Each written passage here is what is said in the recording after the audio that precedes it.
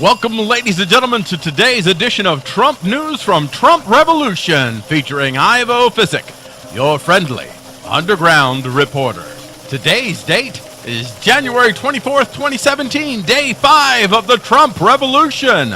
On this episode, we'll cover the fate of James Comey, pipelines, and more progressive privilege, bigotry, idiocy, violence, and hate. And now, our top story. Comey stays. That's right. FBI Director James Comey is staying. In a move that's sure to rile up even Trump supporters, President Trump today signaled that controversial FBI Director James Comey, who gave both conservatives and progressives plenty of reason to disapprove of the job he was doing, will be asked to stay on.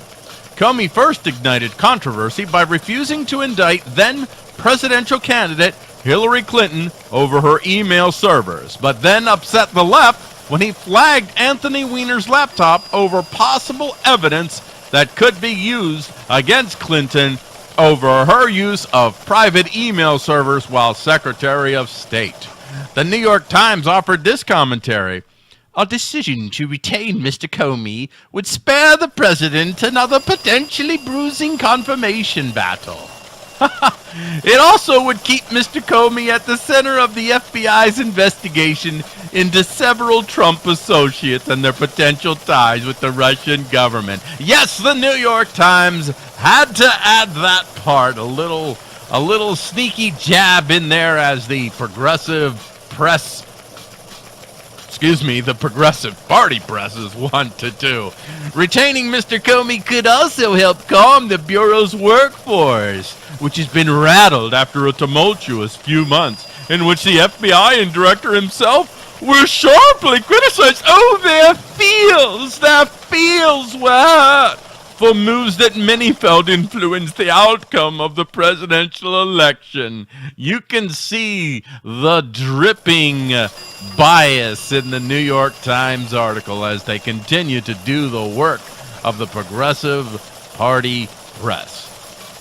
But what do you think, deplorables? Was this a good strategic move on President Trump's part, or should he have simply fired Comey? Trump reactivates Dakota Keystone pipelines.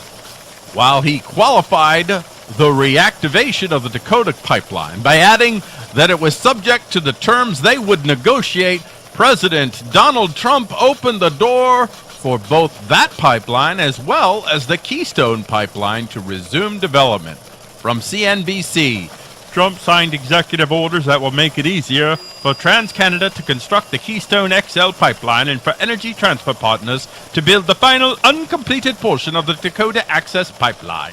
The Keystone XL would bring oil from Alberta, Canada to Nebraska, where it would connect to an existing pipeline to bring the crude to Illinois.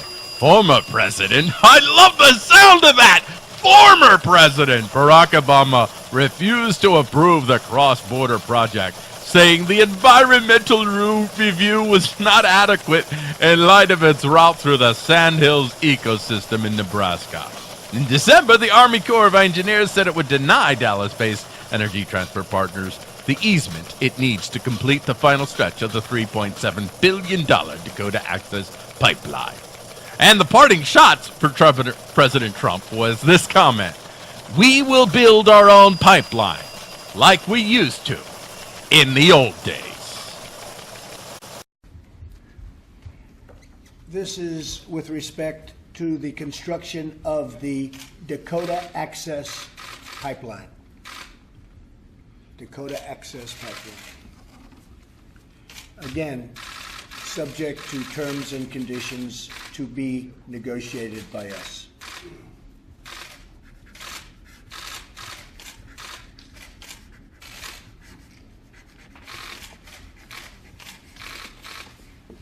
Okay.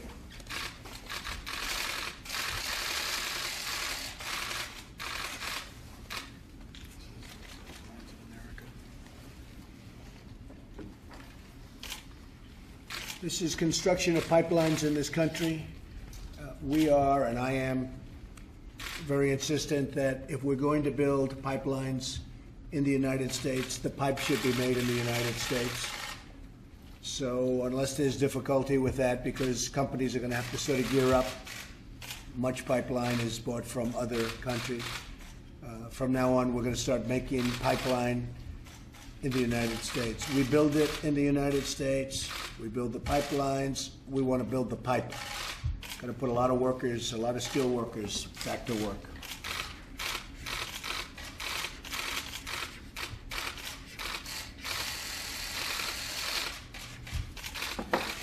Okay. We will build our own pipeline. We will build our own pipes. That's what it has to do with, like we used to in the old days. Chelsea Handler says the First Lady can barely speak English. That's right. It's okay, Chelsea. You're a member of the Progressive Hate Machine, so it's okay for you to say racist, bigoted things. Her target this time, our First Lady, Melania Trump. Chelsea Handler is a talk show host and alleged comedian who recently said in an interview with Variety during the Sundance Film Festival, you know, that place where her fellow members of the Progressive Hate Machine gather once a year to celebrate their progressivism in film, that she wouldn't interview Melania Trump because, quote unquote, she could barely speak English. It should be noted, by the way, Chelsea, you're going to want to need to pay attention to this part, that Melania Trump speaks fluent English, as well as 4 other languages: Slovene, French, Serbian, also German. I guess it's okay to be an anti-woman, anti-immigrant if you're a card-carrying member of the Progressive Hate Machine's media elite. Now that is something progressive privilege allows you to do. Isn't that right, Chelsea? Would you ever have Donald Trump on your show? No. What if he asked you? No. What about Melania? Would you have her on your show? Melania? What, to talk about what? She can barely speak English. What do you think about her as the First Lady? Exactly what I think about him as the first man. Mm-hmm. Nothing. I don't respect either one of those people. Mm-hmm. If he were here right now, what would you say to him? Off. Mm-hmm. I mean, gross. He is the grossest. Mm-hmm. Physically, emotionally, mentally. Those statues they made of him were accurate. Anti-Trumpers attack Gold Star family. Ryan Mannion Borkek posted on his Facebook a harrowing story involving himself and Amy Hastings Looney, who were both attending Salute to Heroes' inaugural gala, where 38 Medal of Honor recipients would be attending.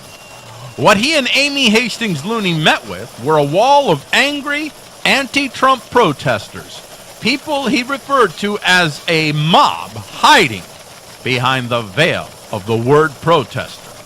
Here's an excerpt from his Facebook wall. We were an hour late to the event, first because we could not get around an angry mob in the street that was burning trash cans and smashing windows. Yes, that's what the Progressive Hate Machine does. When we finally got to the venue, a group of about 75 people, that would be thugs, separated us from the entrance. Amy and I stood there, unsure of what to do. I finally said, let's just walk. As we made our way through the crowd, we were spit at, and called some of the worst and most vile things I have ever heard coming out of a person's mouth. That's class all the way. Now remember, folks, these are Gold Star families. That means these are people that lost loved ones overseas fighting in war. These people had such hatred in their eyes when they screamed at us.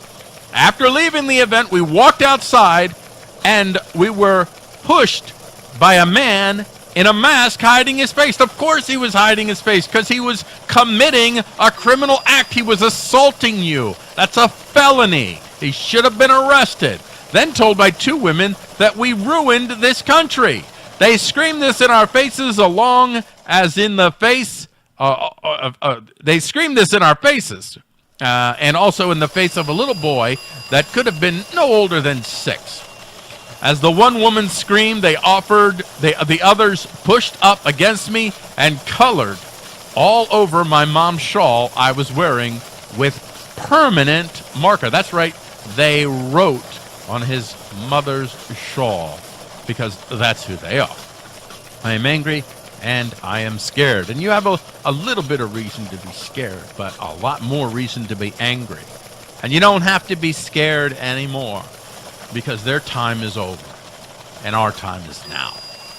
This is why we refer to this group of anti-Trumpers exactly as the progressive hate machine. And remember, just because you oppose Trump does not put you in the progressive hate machine category. You have to work for a level of violence and hateful rhetoric that puts you in that category. Merely opposing Trump does not put you in that category.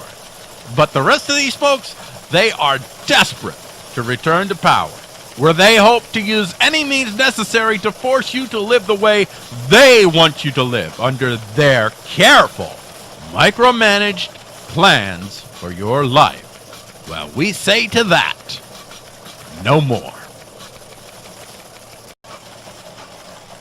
My job is to shut other white people down. Who said that?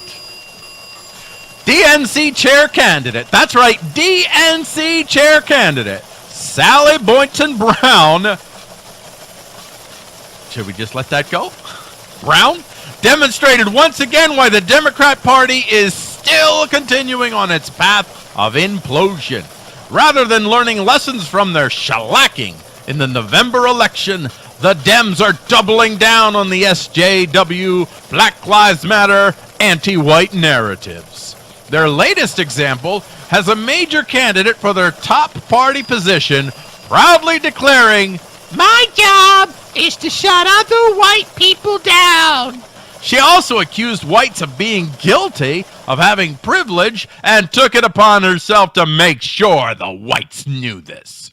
Now, if you watch the video, you will notice the joy in the black woman's face when Brown, ironic last name, no, declared that she'd shut down white people, and the white man looks, well, awkward. Brown is the current executive director of the Idaho Democratic Committee. She made her anti-white statements during a forum hosted by MSNBC's Joy Reid. Color me surprised that MSNBC has their finger on this display of what we can only call progressive privilege. And my job is to shut other white people down when they want to interrupt. And my job is to shut other white people down when they want to interrupt.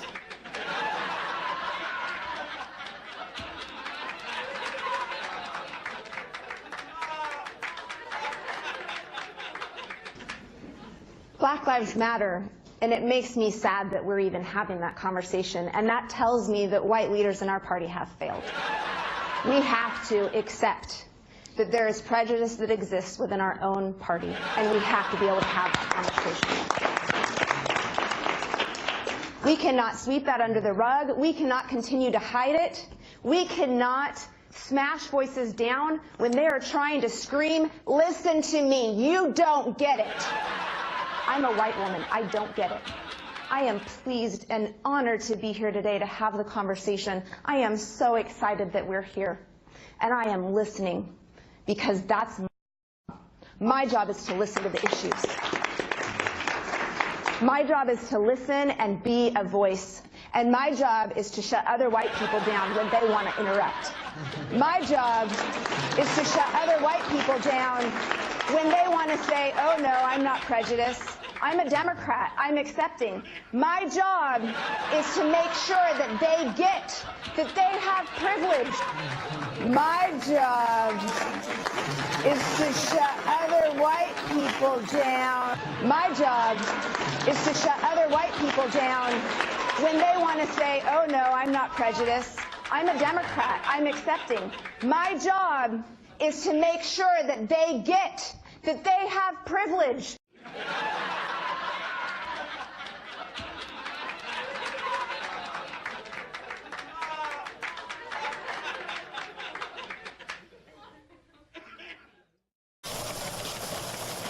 Trump crushes al-Qaeda in Yemen. According to an article in Breitbart, Donald Trump wasted no time in going after radical Islamists, targeting al-Qaeda in Yemen in drone strikes that left the group's leader dead. From Breitbart, citing Yemeni security and tribal officials who spoke on condition of anonymity, the Associated Press reveals that 2 U.S. drone strikes on Saturday took out al-Qaeda Yemen field commander Abu Anas al-Abi and 2 others.